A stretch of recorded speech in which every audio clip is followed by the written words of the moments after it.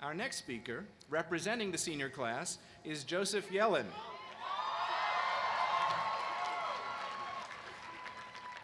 Joe, who is from Manalapan, New Jersey, is a biological basis of behavior major and recently received the BBB program's Pew Award for Academic Excellence. He's a member of Phi Beta Kappa and has been on the dean's list every semester since his freshman year.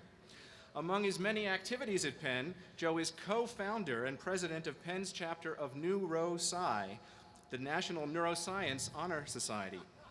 He also somebody got it.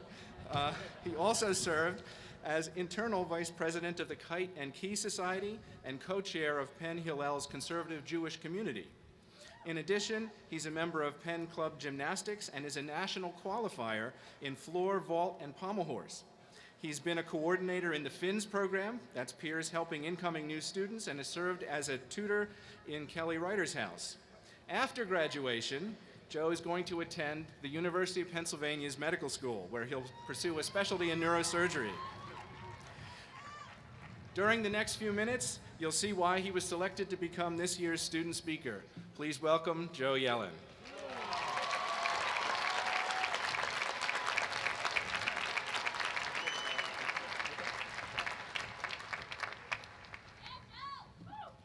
So how's everyone feeling?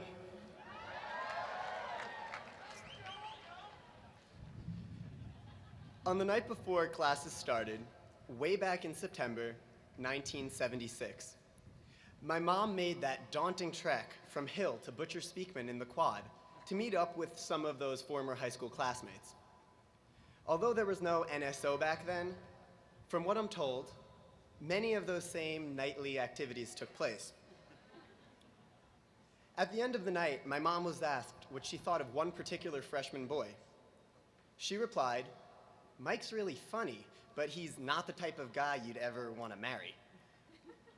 Well, as educated Penn students, we can all guess how this story ends. That was, in fact, the night my parents met.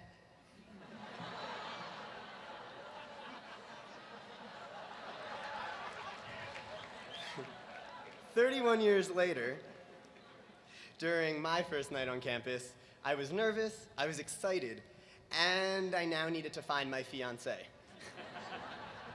Expectations were high. Thanks a lot, Mom and Dad. Now think back to your first night on campus. While you probably weren't worried about marriage, entering the College of Arts and Sciences in 2007, we all had several expectations, social and academic, about the next 4 years. As accepted Penn students, we are all academically talented and intellectually curious. Yet, it was certainly not hard for us to quickly discern why Penn is referred to as the social ivy after that first week on campus, and then again the week after that. But the main reason we were all here was to receive an unparalleled education. So, I was naturally baffled with what I learned in class this past spring.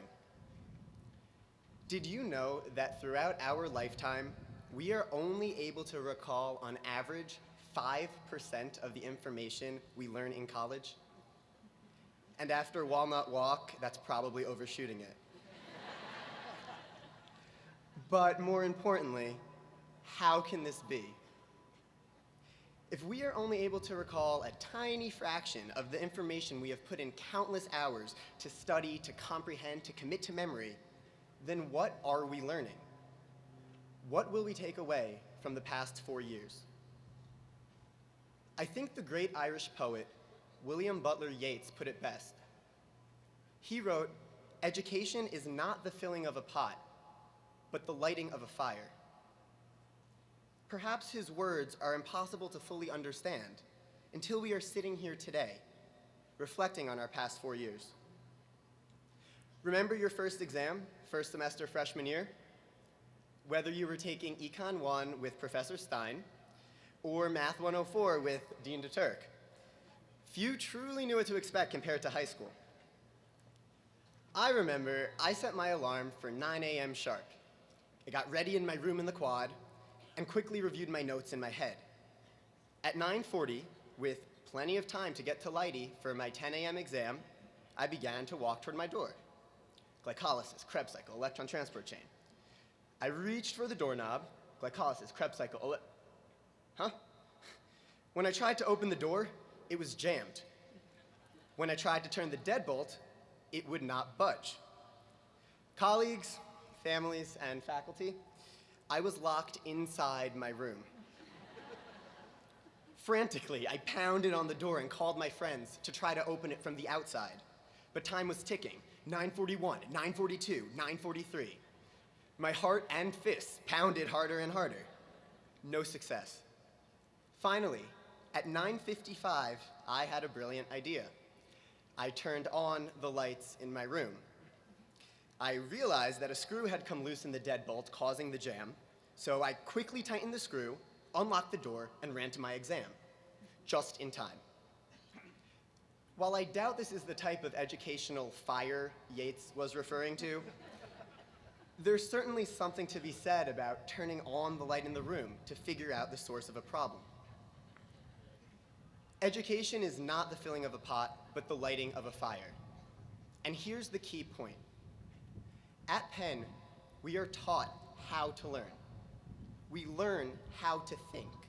And we think in order to most effectively strategize to solve problems, ranging from tightening that loose screw to more academic problem solving, which is why we are here after all.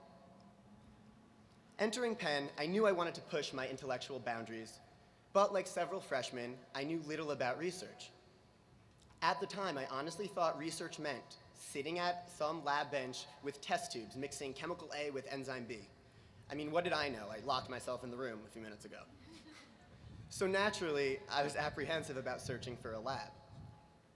I did end up working in a neuroscience laboratory, and I learned neurochemical pathways and how to study behavioral differences in several different animal models.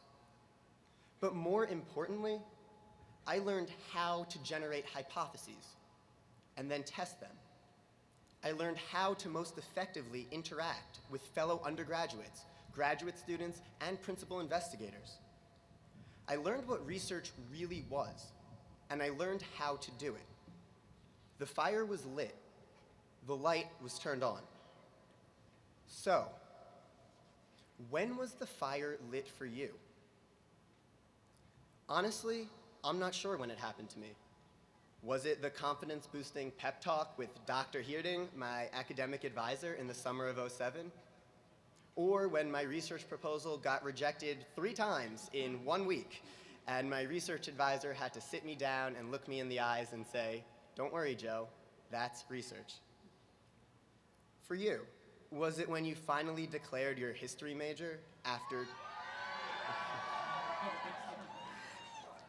toying with that most popular freshman major, undecided? Yeah. Or that moment in Governor Rendell's class when you realized what you wanted to research for your poli-sci thesis. You don't have to know the specific moment. The important thing is that all of our fires have been lit, and it happened here at Penn. So fine, maybe we can only recall 5% of the facts, figures, and dates. But what we have truly learned cannot be measured by a percentage. While I realize that to be successful through med school, I will have to continually refill the pot and overcome several challenges. Yet my fire, like all of yours, has been lit and will continue to burn. So, with a sense of gratitude for the unparalleled education and inspiration we have received, as we leave Penn, we should celebrate the knowledge we will retain. Our experiences have bestowed in each of us a sense of unmatched confidence that will enable us to break barriers, to set records, and to ignite that flame for others. Thank you. Joe.